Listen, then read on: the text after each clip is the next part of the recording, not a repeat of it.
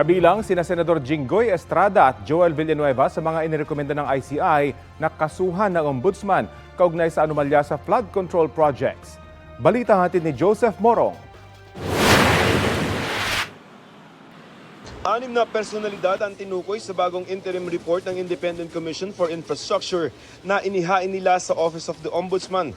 Alegasyon ng ICI na nakipagsabuatan umano sila sa mga kontraktor at grupo ni dating Bulacan District Engineer Henry Alcantara para kumbra ng kickback mula sa national budget sa pamamagitan ng mga proyektong pang-infrastruktura. Ang mga inirekomendang kaso ng ICI base sa mga testimonya ni dating Bulacan First District Engineer Henry Alcantara at mga assistant engineer na sina Bryce Hernandez at JP Mendoza tungkol sa mga manumalyang flood control projects sa Bulacan.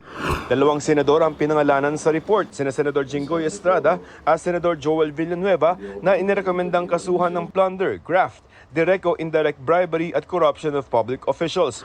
Ayon sa ICI, kinausap umano ni Estrada si Alcantara at sinabing may 355 million pesos siyang alokasyon para sa mga flood control project. Sagot ni Estrada, wala siyang tinanggap na anumang pondong nakalaan para sa flood control. Batay lamang daw sa sabi-sabi ang mga paratang laban sa kanya. Lilinisin daw ni Estrada ang kanyang pangalan at handa siyang dumaan sa anumang proseso ng batas. Si Villanueva naman binigyan daw ng 600 million pesos na halaga ng mga flood control project at 25% nito o 150 million ay personal na ibinigay ni Alcantara sa isang peng na nagtatrabaho umano kay Villanueva. Ayon kay Villanueva, pag-aaralan ng mga abogado niya ang basehan ng pagkakasama niya sa report. Hihintayin daw niya ang susunod na hakbang ng ombudsman. Giit ng senador, siya mismo nagsiwala tungkol sa flood control projects na hindi na ipatupad. Parehong mga kaso ang inirekomenda ng ICI laban kay dating Ako Bicol Party List Representative Saldi Co. Ayon sa ICI, naging proponent umano si Ko ng abot sa 35 billion pesos na halaga ng lampas 400 na mga flood control projects sa Bulacan mula 2022 hanggang 2025, galing sa mga proyektong inilista ni Alcantara. 20 to 25% ang hiningi umanong kickback ni Ko. Sinisikap naming makuha ang kanyang panig. Dawit din sa rekomendasyon ng ICI si dating Caloocan 2nd District Representative Mitzi Kahayon Uy. Noong 2022, 411 million pesos umano ng mga proyekto ang naaprubahan mula sa kanyang insertion sa GAA. 10% ang hiningi umano niyang kickback. Inirekomenda ring kasuhan ng Ombudsman si COA Commissioner Mario Lipana at dating DPWH Undersecretary Roberto Bernardo. Ayon sa ICI, si Bernardo ang tumulong kay Alcantara na maging district engineer. Proponent umano si Bernardo ng mga proyektong aabot sa halagang 1.065 billion pesos. Ang rekomendasyon ng ICI sasailalim sa preliminary investigation ng Ombudsman. But basically, many of them are ripe for the picking or ripe for action already, at least for PI. It means that most of the fact-finding has been done already by